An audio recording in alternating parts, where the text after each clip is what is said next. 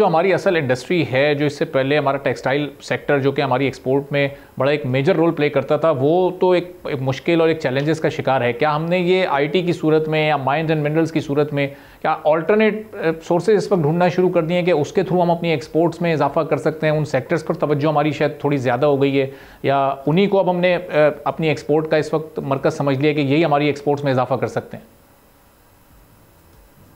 देखिए, आपने दो चीज़ों का नाम लिया। आपने आईटी सेक्टर का जिक्र किया और आपने माइंस का जिक्र किया। ये आईटी सेक्टर जो है वो आईटी की स्पीड पे चलता है, वो आईटी की रिलायबिलिटी के ऊपर चलता है। अभी एक रिपोर्ट जो दुनिया भर के ममालिक की रिपोर्ट सामने आई है, उसमें बताया जा रहा है कि जब आईपी की सर्विसेज के अंदर रुकावट आती है तो उसका नुकसान कितना होता है।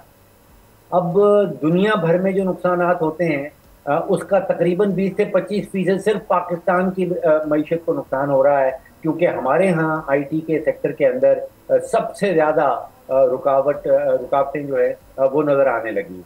तो आईटी की एक्सपोर्ट तो उन रुकावटों के साथ बंधी हुई है, उसका रिश्ता बना हुआ है।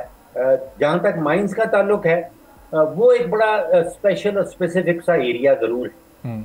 देखिए, अगर माइंस की हम बात कर रहे हैं और ख़ास तौर पे हम कॉपर माइंस की बात कर रहे हैं, तो 2030 में जो ज़ीरो मिशंस पे जा रहा है, इंटायर यूरोप ज़ीरो मिशंस पे जा रहा है, तो उसके बाद जो मांग है, चाहे वो सोलर पैनल्स की हो, चाहे वो विंड पैनल्स की हो, चाहे वो ईवी बैटरीज की हो, चाहे वो इलेक्ट्रिक व्हीकल्स की हो, वो बहुत तेज़ी से बढ़ जाएगी।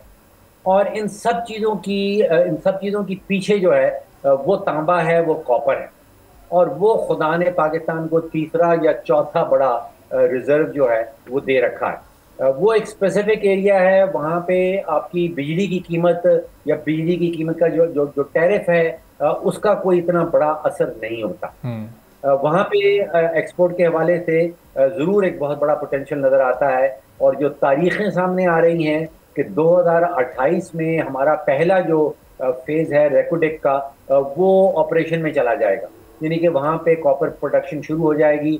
और 2030 में मैंने जैसे आपको बताया कि पूरा यूरोप जो है वो ज़ीरो मिशन पे जा रहा है। तो वहाँ तारीखी तौर पे भी एक कन्वर्जेंस आ रही है, और बिजली के सेक्टर का इतना ज़्यादा असर जो है वो उसके ऊपर नहीं हो।